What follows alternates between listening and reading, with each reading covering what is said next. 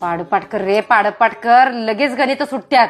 तू लहान होतीस तेव्हा तुला सगळं पाडपाट होते. मला पण असंच वाटलं होतं बघ लहानपणी, की सगळं पाडपाट केलं की गणित लगेच सुटतील. पण आयुष्याची गणित एवढी अवघड पडत गेलीत की त्या पाड्यांचा कधी उपयोगच झाला नाही.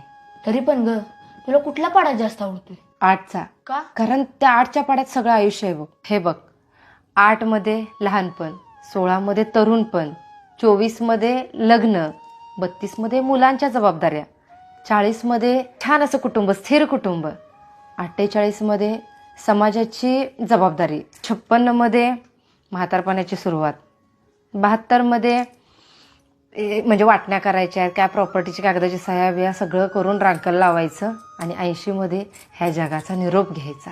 अगं पण 64 राहिलं की. 64 मध्ये नातवंडासोबत खेळणं. पण आत्ताच्या काळात 60 नंतर माणसं जगतील का नाही हाच मोठा प्रश्न आहे. म्हणून तो गॅप ठेवला.